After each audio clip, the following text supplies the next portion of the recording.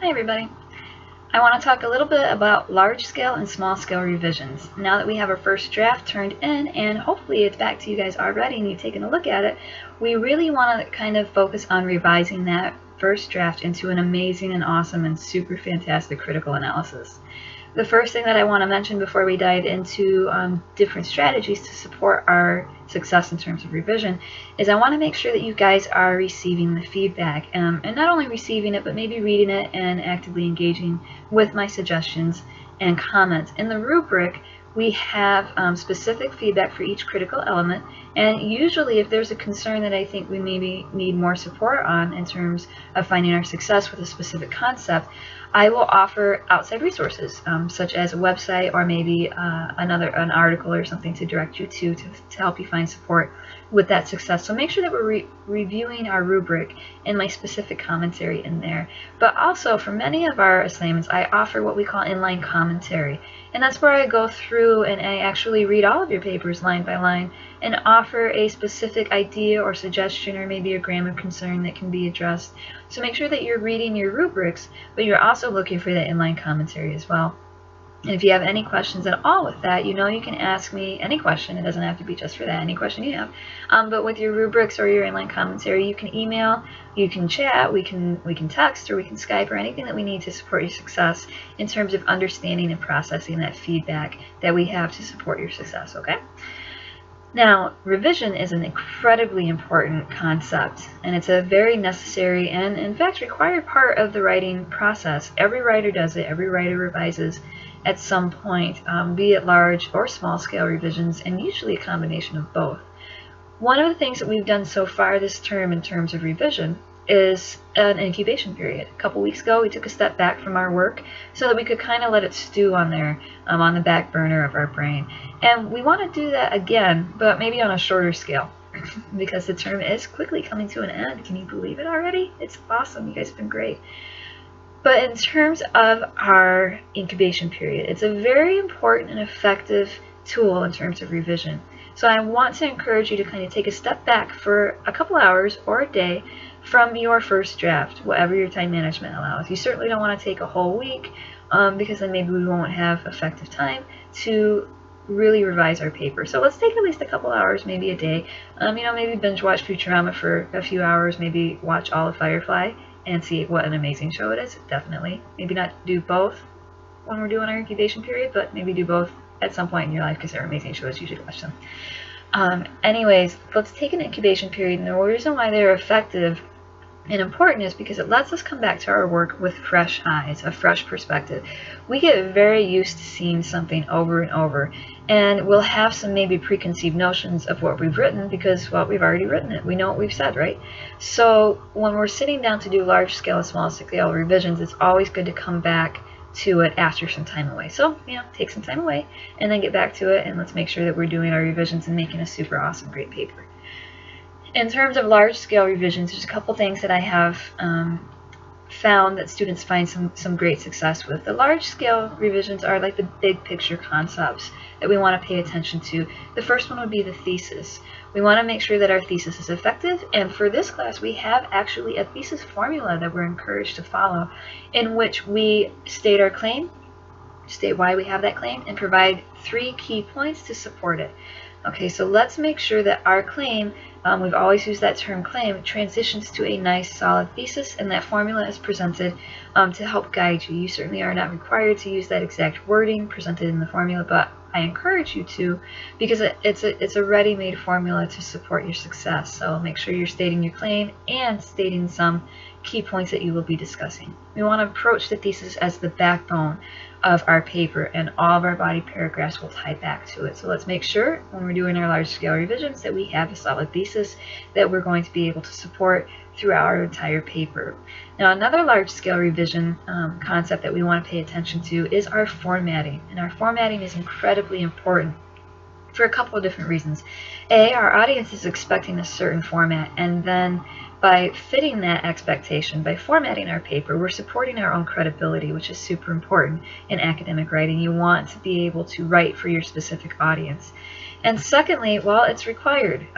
We're required to have properly formatted essays. It's part of our critical elements in our rubric, that articulation question that we have in our rubric. We want to make sure that in supporting our articulation, we have a properly formatted essay. Now, MindEdge is super amazing in the prompts that it has, but when we download it, it doesn't format the paper for us. So we actually need to be making sure that we're taking that extra step, opening up our word processor and reformatting that paragraph. And what do I mean by formatting our paragraphs? Not just a paragraph, the entire essay. We want to make sure that we are double spacing. Okay, a properly traditionally formatted essay needs to be double spaced.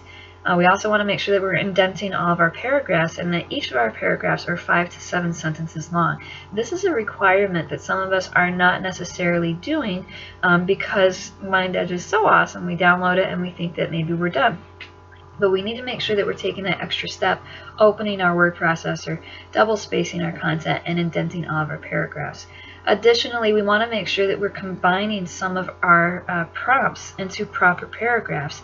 In MindEdge, with our first drafts, we had a couple prompts at the beginning talking about our claim and our key points, and a couple of prompts at the end talking about our thoughts and our insights.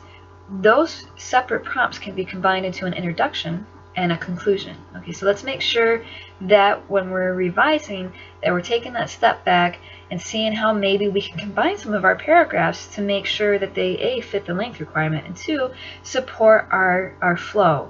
Okay, so we want to do more than just download from MindEdge. We want to open it up and make sure that it's formatted correctly. And another large scale revision that we want to pay attention to is MLA and APA formatting. It's another required component, and it's supporting the expectations of our audience. So we want to make sure that we're formatting appropriately in our chosen doc style, either MLA or APA. And you guys took a quiz a few weeks ago to see which one that you will be using for the remainder of the term. So make sure that you are writing in either APA or MLA. If you have any questions at all, APA and MLA are kind of my thing, and I know it makes me a huge dork, but I am a huge dork, so I'm okay with that. I know MLA and APA thoroughly, and I am totally happy to review your papers to make sure that you are finding success with these formats before the papers due. So just send them to me a day or two in advance, and I'll be happy to make sure and give you an ungraded review to support your success with this formatting. Formatting in MLA or APA is likely a new skill for many of us, so I want to encourage you to review the multiple resources that are available both in Blackboard and MindEdge and in the announcements that I present to you throughout the week. If you have any questions at all, let me know. You can text, we can chat, we can email, and we have that general question discussion forum in Blackboard as well. Essentially, it is required that you write an MLA or APA. In APA, if you're writing an APA, you need to have a cover page. And you need to have a reference page that is titled References. If you're writing an MLA, you need to have identifying information on the top left of your screen of your paper. And you need to have a works cited page. So let's make sure that it's double spaced, we're indenting our paragraphs, and that our formatting is fitting APA or MLA. Okay, so that's like a whole bunch of large-scale revisions that we want to pay attention to. And if you have any questions at all, of course, you can contact me or post on the general discussion. I combine those words, a general questions discussion forum, or you can connect with the SNHU Online Writing Center as well. And I want to touch base real quick on some small revision strategies to support your success, not only on the large scale, but on the small scale too. And the small scale revision strategies kind of focus on making sure that our sentence-to-sentence flow is good, that our word choices are effective, that we are using citations where we're supposed to be using citations, and that maybe our grammar is as super great as we can make it. And there are a couple strategies that students have found success with throughout the years I've been a teacher, and some strategies that I have used in my own writing. And the first one is peer evaluation or peer review.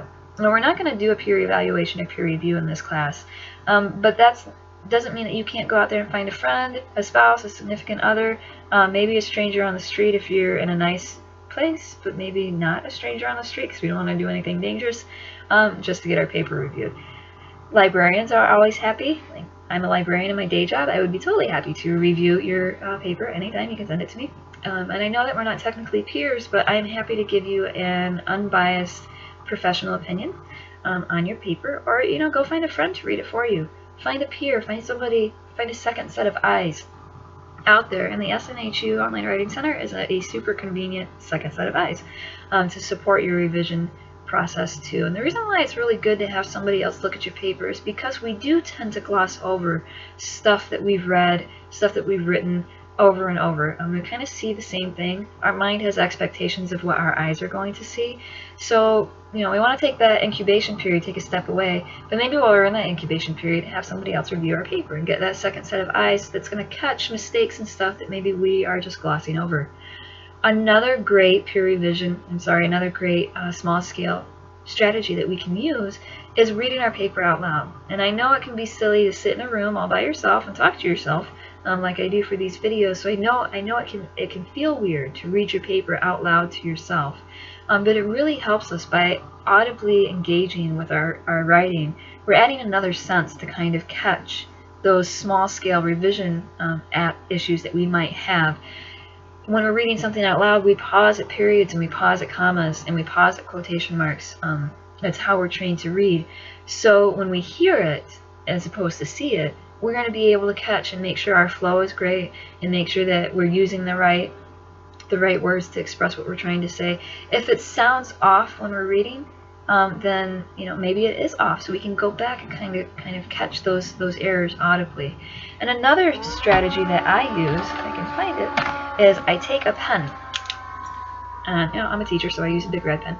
And actually point as I'm reading to each word. And you can do this forwards, backwards, paragraph-wise, but I actually visually engage with each word with a pointer. And what this does is it's just another way to force us to actively be an active reader of our own content. So while we're pointing at each word, we're saying it out loud, we're seeing it with our eyes, and we are not skimming because we are pointing at each word and physically engaging with our content. And these strategies combine to help us not skim over our own work, to actually become engaged with our work. And that engagement is key in effective proofreading and revision. So these are just a couple different strategies that I have for you to help support your success. If you have any questions at all, if these strategies don't work for you, if you have other suggestions for revision strategies, feel free to hit us up on the general questions discussion forum. We can chat, we can text, whatever we need to do to support your success. Now, you guys got this. I know it's a big scary paper, and revising can, not be super fun, but you've got this. You're going to find success. It's going to be amazing. All right, I'll see you later.